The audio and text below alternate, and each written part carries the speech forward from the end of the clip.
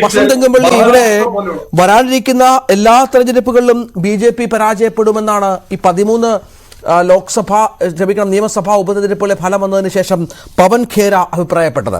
ഇവിടെ ഒരു പ്രധാനപ്പെട്ട ചോദ്യം ഉയരുന്നത്, രണ്ട് നമ്മുടെ സഹപാനലിസ്റ്റുകളും പറഞ്ഞതുപോലെ ഈ ഇന്ത്യ മുന്നണിയുടെ കെട്ടുറപ്പ് പരിശോധിക്കാൻ ഉതകുന്ന വിധമുള്ള ഒരു തെരഞ്ഞെടുപ്പായിരുന്നോ ഇത് എന്നുള്ളതാണ്. കാരണം ഈ പശ്ചിമ ബംഗാളിലായാലും ഒക്കെയുള്ള മറ്റു സ്ഥലങ്ങളിൽ, മറ്റൊന്ന് രണ്ട് പഞ്ചാബിലായാലും ഒക്കെ ഇന്ത്യ മുന്നണി നിലയിലല്ല മത്സരം ഉണ്ടായത്. കോൺഗ്രസിന് ഒരു ആശ്വാസകരമായ വിജയം ഹിമാചൽ പ്രദേശ് പോലുള്ള സംസ്ഥാനങ്ങളിൽ ഉണ്ടായി എന്നതൊഴിച്ചാൽ ഒരു മുന്നണി എന്ന തലത്തിൽ അത് പൂർണ്ണാർത്ഥത്തിൽ രൂപവൽക്കരിക്കപ്പെട്ടിട്ടുണ്ടോ? ഈ ലോക്സഭാ തെരഞ്ഞെടുപ്പ് വിജയത്തിന്റെ പശ്ചാത്തലത്തിലെങ്കിലും, വിജയത്തിന്റെ അല്ല വലിയ വിജയം ഉണ്ടാകാത്തതിന്, അല്ലെങ്കിൽ കോൺഗ്രസിനുണ്ടായ വിജയത്തിന്റെ പശ്ചാത്തലത്തിൽ 100ഓളം സീറ്റ് കോൺഗ്രസ് നേടുന്ന പശ്ചാത്തലത്തിലെങ്കിലും അത്തരത്തിലുള്ള ആലോചനയിലേക്ക് കാര്യങ്ങൾ പോകാൻ ഇനിയും വൈകുന്നത് എന്തുകൊണ്ടാണ് എന്ന ചോദ്യം കൂടിയില്ലേ?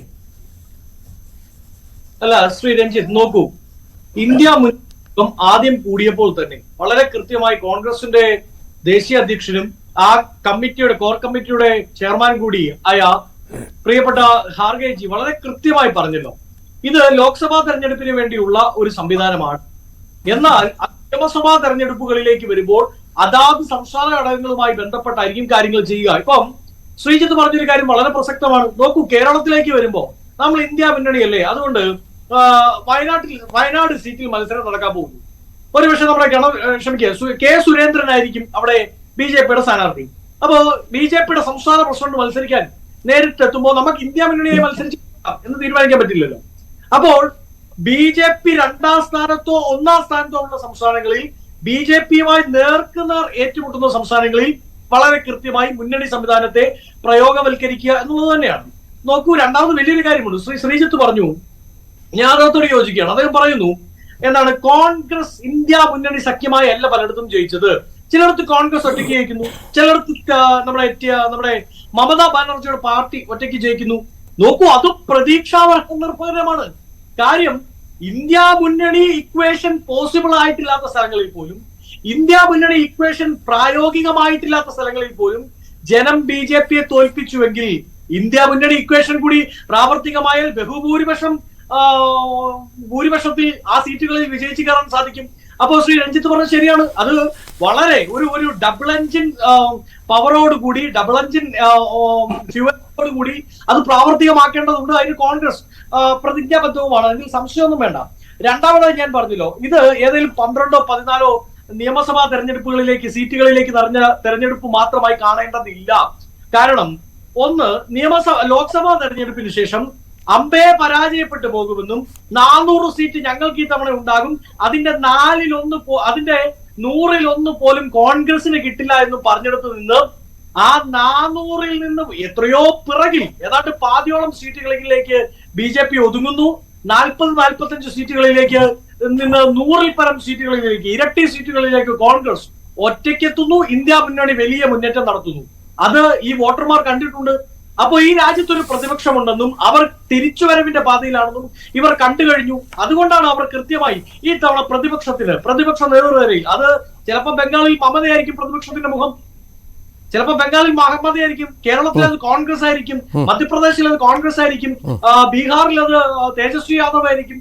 അപ്പൊ പ്രതിപക്ഷത്തിന്റെ മുഖം ഏതാണോ ആ മുഖത്തിലോട്ട് ചെയ്യാം. നോക്കൂ, കോൺഗ്രസ് മുക്ത് ഭാരത് എന്ന് വിളിച്ചു പറഞ്ഞു നടന്നിരുന്ന നരേന്ദ്രമോദിയോട് ഈ 12 സീറ്റിൽ 14 സീറ്റിൽ അല്ലെങ്കിൽ ഈ ഉപതെരഞ്ഞെടുപ്പ് നടന്ന സീറ്റിലെ ജനങ്ങൾ ഒട്ടാകെ പറഞ്ഞു, ഞങ്ങൾ തീരുമാനിക്കുകയാണ്, ഇനി താനാഷാ മുക്ത് ഭാരത് മതി, കോൺഗ്രസ് മുക്ത് ഭാരത് അവിടെ ഇരിക്കട്ടെ, ഞങ്ങൾ താനാഷാ മുക്ത് ഭാരത്, അതായത് ഏകാധിപതി ഇല്ലാത്ത ഇന്ത്യ അതുണ്ടാക്കാൻ ഞങ്ങൾ ശ്രമിക്കാൻ പോവുകയാണ് എന്ന് പറഞ്ഞതിന്റെ ഫലമാണ്. അതിലെ നമ്മൾ ഒരിക്കലും വില കുറച്ച് കാണാൻ പറ്റില്ല. എന്തുകൊണ്ടാണ്?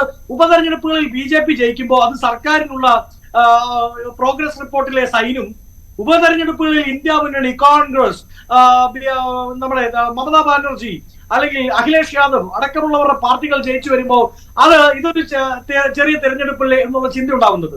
ഇനി വളരെ പ്രധാനപ്പെട്ട ഒരു കാര്യമാണ് ശ്രീ രഞ്ജിത്ത്, അത് ശ്രീ പണിക്കരും പറഞ്ഞു, പ്രിയപ്പെട്ട മോഹൻ വർഗീസ് സാറും പറഞ്ഞു. ഇതിൽ പല സീറ്റുകളിലെ തെരഞ്ഞെടുപ്പ് BJP വിളിച്ചു വരുത്തിയ തെരഞ്ഞെടുപ്പാണ്. സാധ്യത ഇല്ലാതിരുന്ന സമയത്ത്, യാതൊരു സാധ്യതയും ഇല്ലാതിരുന്ന ഒരു സമയമാണ് തെരഞ്ഞെടുപ്പിന് പല സീറ്റുകളിലും. അവിടെയൊക്കെ തെരഞ്ഞെടുപ്പ് ഉണ്ടാവാനുള്ള കാരണം BJP ആണ്. അതായത് എതിർകക്ഷിയിൽ നിൽക്കുന്നവരെ ചാക്കിട്ട് പിടിക്കുക, അവരെ തങ്ങളുടെ പാളയത്തിൽ എത്തിച്ച് അതിപ്പോൾ അധികാരം ഉപതെരഞ്ഞെടുപ്പ് ആർക്കുണ്ടോ അവർ ആ പ്രയോഗം നടത്തുന്നത് ആദ്യമല്ലല്ലോ വസന്ത്. ഇവിടെ BRSന്റെ 7 MLA-മാരെയാണ് നിങ്ങൾ തെലങ്കാനയിൽ കൂറുമാറ്റിയിരിക്കുന്നത്. അതും കൂടി ഇതിനോട് ചേർത്ത് വായിക്കണം. നിങ്ങൾക്ക് അവിടെ അധികാരമുള്ളപ്പോൾ നിങ്ങൾ അവിടെ പ്രയോഗിച്ചു, BJPക്ക് അധികാരമുള്ളപ്പോൾ അല്ലെങ്കിൽ BJPക്ക് ശക്തി ഉള്ളപ്പോൾ അവർ അവിടെ പ്രയോഗിച്ചു. അതെല്ലാവരും ടൈറ്റിന്റെ തന്ത്രമായി കണ്ടുകൂടെ? അങ്ങനെയാണെങ്കിൽ BRSന്റെ കാര്യം പറയുമ്പോൾ ആ ധാർമ്മികത നിങ്ങൾക്കും വേണ്ടേ? അല്ല, ഉണ്ടാകുന്ന പൊളിറ്റിക്കൽ ഡെവലപ്മെന്റിന്റെ ഭാഗമായി ചിലർ തങ്ങൾ നിൽക്കുന്ന മുന്നണി അല്ലെ തങ്ങൾ പ്രതിനിധാനം ചെയ്യുന്ന പ്രത്യയശാസ്ത്രം ശരിയല്ല എന്ന് പറഞ്ഞ പാർട്ടി വിട്ട് വരുന്നതും കള്ളക്കേസ് എടുത്ത് പേടിപ്പിച്ച് ED വിട്ട് CBI വിട്ട് പേടിപ്പിച്ച് വട്ടമിട്ട് പിടിച്ച് പണച്ചാക്കുമായിട്ട് ഇറങ്ങി പിടിക്കുന്നതും രണ്ട് തന്നെയാണ് രഞ്ജിത്ത്. അതിന് സംശയമൊന്നും വേണ്ട. ആർക്കാ സംശയമുള്ളത്? ഈ 122 കേസുകളാണ് മോദിയുടെ കാലത്ത് EDയും CBIയും കൂടെ എടുത്തത്. 117 കേസുണ്ടല്ലോ പ്രതിപക്ഷ നേതാക്കൾക്കെതിരെയാണ്. കേസെടുത്ത് പേടിപ്പിക്കുക, കേസെടുത്ത് വെല്ലുവിളിക്കുക, തങ്ങളുടെ പാളയത്തിലേക്ക് വരാൻ വേണ്ടി പണച്ചാക്കുമായി പുറകെ റാഞ്ചി പറക്കുക. ഈ പണി ചെയ്തവരല്ലേ ഇവർ? ആ പണികളല്ലേ ഞങ്ങൾ ചെയ്തത്? ജനം കൃത്യമായി മറുപടി കൊടുത്തില്ലേ? BJP പാളയത്തിലേക്ക് ഇന്ത്യ മുന്നണിയെ വിട്ട് പ്രതിപക്ഷ ഐക്യസ്വരത്തെ വിട്ട് രാജ്യത്തിന്റെ പൾസ് അറിയാതെ പോയവരെയെല്ലാം ഇനി നിങ്ങൾ വീട്ടിലിരുന്നോളൂ പറഞ്ഞില്ലേ? അത് തന്നെയാണ് ഇന്ത്യയുടെ പൾസ് എന്നതിൽ സംശയം വേണ്ട. ഞങ്ങൾ മുമ്പോട്ട് വെച്ച ചില ഞാൻ വളരെ കൃത്യമായി അതുകൊണ്ടാണ് ആദ്യം തൊട്ട് പറഞ്ഞത്, ഇത് ഐഡിയോളജികൾ തമ്മിലുള്ള ഏറ്റുമുട്ടലാണ്. ആദ്യം തെരഞ്ഞെടുപ്പിൽ ഞങ്ങൾ പറഞ്ഞു ഞങ്ങൾ ഇന്ത്യയുടെ ഭരണഘടനയെ സംരക്ഷിക്കും. അത് സംരക്ഷിക്കാൻ എന്ത് ചെയ്യണം? കോൺഗ്രസ് അധികാരത്തിൽ വരണമെന്നില്ല. ഒരു താനാശാ സർക്കാർ, ഒരു ഏകാധിപത്യ സർക്കാർ ഉണ്ടാവാൻ പാടില്ല. അതാണ് ഞങ്ങൾ മുമ്പോട്ട് വെച്ച ഏറ്റവും ആദ്യത്തെ മുദ്രാവാക്യം. അത് ജനം ഏറ്റെടുത്തു. രണ്ടാമത് ഞങ്ങൾ പറയുന്നു CBI വിട്ട് ED വിട്ട് എൻഫോഴ്സ്മെന്റ് ഡയറക്ടറേറ്റിനെ കേന്ദ്ര ഏജൻസികളെ വിട്ട് വേട്ടയാടി പിടിക്കുന്ന പണി നടത്തുന്നവരെ തോൽപ്പിക്കണം. അതാണ് ഈ തെരഞ്ഞെടുപ്പിൽ ഉണ്ടായിരിക്കുന്നത്. അത് വലിയ കൃത്യമായ മൈൽ സ്റ്റോൺ തന്നെയാണ്. വരുന്ന വിവിധ സംസ്ഥാനങ്ങളിലെ തെരഞ്ഞെടുപ്പുകളിൽ തെരഞ്ഞെടുപ്പുകളിൽ ഇന്ത്യ മുന്നണിയുടെ ഇക്വേഷൻ വളരെ കൃത്യമായി വർക്കൗട്ട് ചെയ്യും.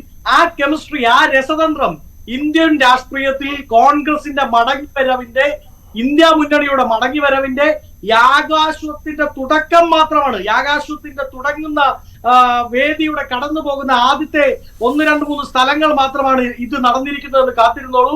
ഒട്ടും ഇനി നടക്കാനിരിക്കുന്ന വിവിധ സംസ്ഥാനങ്ങളിലെ തെരഞ്ഞെടുപ്പുകളിൽ കോൺഗ്രസ് നേതൃത്വം കൊടുക്കുന്ന ഇന്ത്യ മുന്നണി അധികാരത്തിൽ വരാൻ പോവുകയാണ്. ശരി ശ്രീജിത്ത്, ഇവിടെ ഇന്ത്യ മുന്നണിയുടെ കെട്ടുറപ്പ്